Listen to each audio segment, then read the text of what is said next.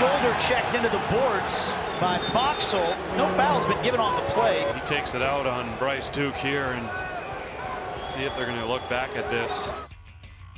Welcome to Instant Replay for MLS Matchday 18. I am Andrew Wiebe, back in the saddle again. Big thanks to our fill-in co-host, David Goss, who I'm sure you'll see very, very soon. I do like to take vacations after all. You all, however, do not take vacations from flooding my social media with potential controversial calls to review. So thank you very much. We start in Orlando this week. Here comes Brian Galvan of the Rapids, and here comes Wilmer Cartagena of Orlando City, who gets the absolute worst of this one. Karate Kid much, Brian?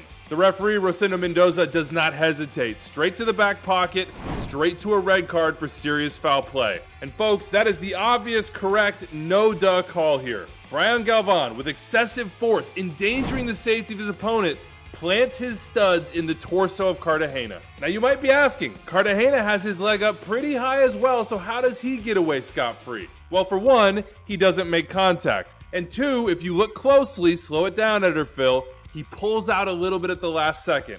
I think this was well done by Mendoza. And I might have groaned initially in the 75th minute when Abubakar got his second yellow card, but ultimately, this is the right call as well. The Orlando player has space. He has an opportunity to break into the attacking half of the Rapids under almost no pressure, and Abubakar pulls him back. It is an obvious pull. Those pulls are a point of emphasis for referees in MLS in 2023, and this was always going to get called. However, we might have to question if this should have been a red card from the Chicago-Columbus game. 20th minute, crew defender Malte Amundsen is closing down the power cube, Shaqiri. He is not going to get anywhere close to the ball in this situation. What he is going to do with his left foot is rake down the back of Shaqiri's calf. Look where this contact occurs, and look what part of the boot starts it. It's the studs. It's the middle of the calf, and it goes all the way down to the Achilles. Referee Mark Allerton went yellow on this play, but I think this is a red card. You might argue to me, hey Andrew, that is not excessive force, and I might agree with you, but I would tell you the serious foul play law isn't excessive force and endangers the safety of the opponent. It's or endangers the safety of the opponent. To me, this is clearly endangering the safety as those studs go down the calf and into the Achilles with more than negligible force, by the way. So Amundsen, in my mind, is a lucky boy, and he's even luckier in the 26th minute. He's on a yellow. We know that. He is pulling down a fire attacker at the top of the box. This is a clear foul, folks. In fact, Allerton shows the yellow card, but then his assistant referee gets in his ear and says, hold on, that was an offside play, so there's not going to be a yellow card. Well done to the AR here, because this is offside and it saves Amundsen's bacon. The crew would win it, but let's fast forward to what would have been a game-winning goal in the 90th minute. Throw in, nice little combination between Zelarayan and Cucho Hernandez. Bing, bang, boom, ball in the back of the net. Though hold on, play was allowed to continue, but the flag went up for offside.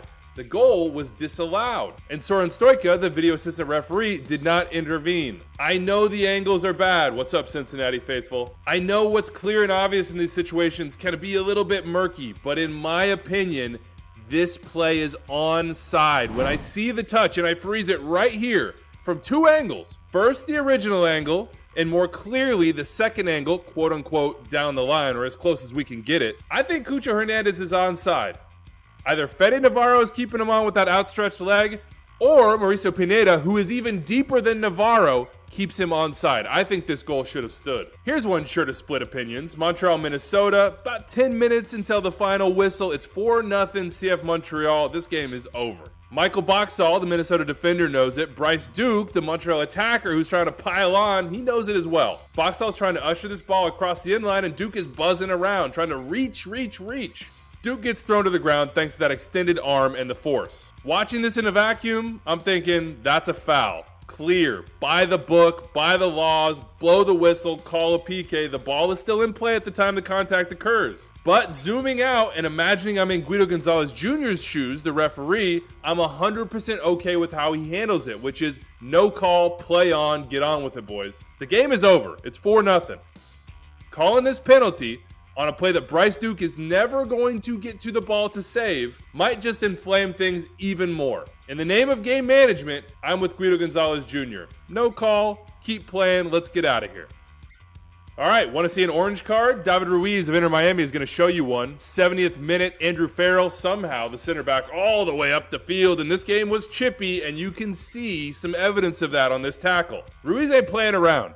He's coming to get the ball, and he gets it, but he comes through the back of Farrell's leg, and there is scissor to this tackle, folks. He sees yellow, and you might agree with that, but I could see Sergi Boyko going red in this situation as well. I know Ruiz gets a little bit of the ball, but this is endangering the safety, in my opinion, and excessive force. Farrell is lucky that leg wasn't planted, or this could be really bad. All right, let's hit some PKs. First up, Andrew Farrell. Unfortunately, back to him, 82nd minute. Revs have a lead, but boy, oh boy, if you're going to try the bicycle clearance in the box, you better get the ball. Farrell gets Leo Campana, and that is a foul, folks. Same goes for DeAndre Yedlin earlier on in that game, 26th minute. Matt Polster, nice little touch with the knee to carry it over Yedlin. Yedlin bundles him over. Well done by Boyko on both those calls. Good job and gutsy call by Ismir Pekmic as well in Vancouver. 87th minute. Cincinnati had just gone up 1-0, holding on to a lead, and Matt Miazga, well, this is out of character. He pushes down Sergio Cordova. It's not huge contact, but it's obvious contact. That's a penalty. I also think Alex Chilowitz got this one right in Houston LAFC.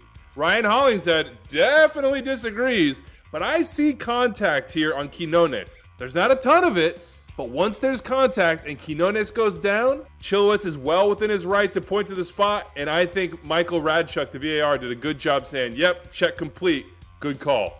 Got to pass out some props to VAR Kevin Terry Jr. as well. He was the video assistant referee for the Portland-Dallas match. Just a few minutes in, there's a controversial play. Down goes Mosquera. Portland's thinking, we got a penalty, and Ted Uncle calls it, but Terry Jr. says, hold on, Ted, go to the monitor. Uncle does, and immediately sees that Mosquera actually steps on Farfan's foot, and it's a foul on the attacking player.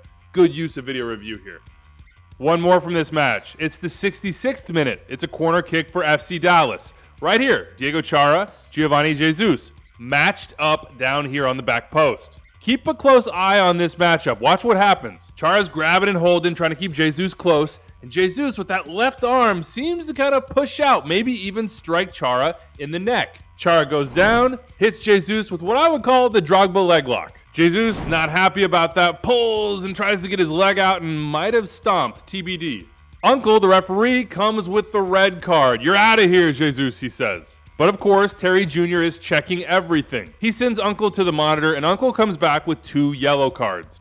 Now, I'm sure the Timbers are not happy about this, but I agree with Uncle's judgment of the situation, and by extension, Kevin Terry Jr.'s. First of all, on the push, I'm not sure that's in the neck. I think it's more upper chest, and even if it was neck, I would lean toward negligible in that situation. No violent conduct there for me. Now, Chara is not innocent. To me, this is reckless on his part. He's acting with disregard to the danger to or consequences for Jesus by wrapping up his legs in a non-soccer play. So that's a yellow card in my opinion. As for the possible stamp, I think Jesus is just trying to get his foot out of there. I don't think he's stomping down on Chara, and I don't think he makes contact either way. So for me, 2 yellows is the right outcome. One last tip of the cap on this show. Atlanta, DC, 73rd minute. Josh Wolf bundles one in on the doorstep. Initially, this is called offside on the field, but VAR Jose Carlos Rivero takes a look and says, hold on, this is on. The referee, Philip Duich, goes to the monitor and sees what Rivero sees, that this is at the very least even and certainly onside. Well done to the referee crew on this one, getting that one right. All right, that's it for us in Matchday 18. Remember, if you see something, say something. I'm always down to talk refereeing. And if you want to get involved at the grassroots level in refereeing, and if this show piques your interest and you think, hey, I could be a referee, go do it. You can see on screen right here how to get information to become a grassroots referee, and you never know where it's going to go from there. And that's it for us. Big thanks to my editor, Phil Ivanko, my producer, Rich Hernandez. I'm Andrew Wiebe. We'll see you next time.